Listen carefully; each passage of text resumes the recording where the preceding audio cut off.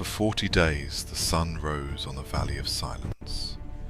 2 armies waited, but only one man spoke. And his voice was the sound of a falling mountain.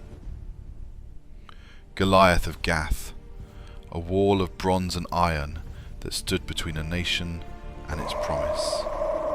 He didn't just mock the soldiers, he mocked their God.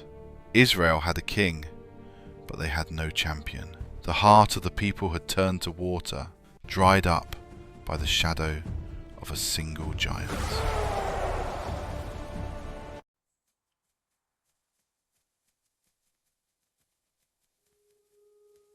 Samuel looked for a king in the faces of soldiers. He saw strength, he saw height, he saw the pride of men. But the voice said, "Not this one."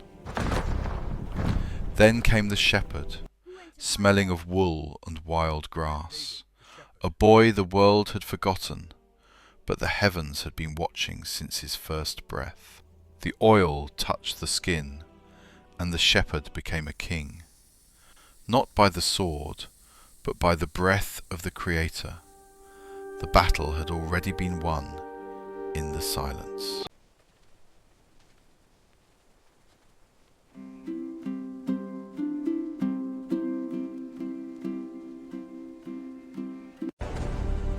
The world thought he was playing music in the meadows, but the wilderness was a school of blood and bone. Every shadow held a test. He learned to kill so that others might live. He fought the lion and the bear with the strength of a man twice his age and the heart of a king. When he looked at the giant in the valley, he didn't see a monster. He saw just another beast, and he knew the one who had delivered him before.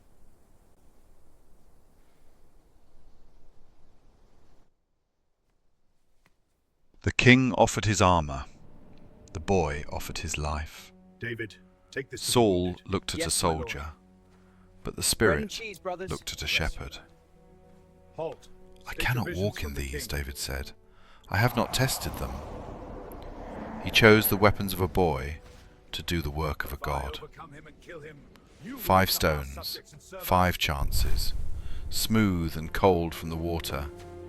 He didn't need 1,000 swords.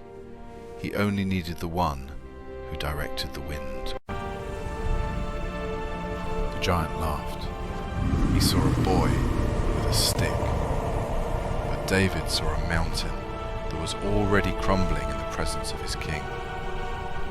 1 stone, 1 breath. The air itself seemed to hold its peace as the shepherd's prayer took flight. The earth shook when he hit the ground. The bronze was broken, the mouth was silenced, and the shepherd, he became the saviour of a nation.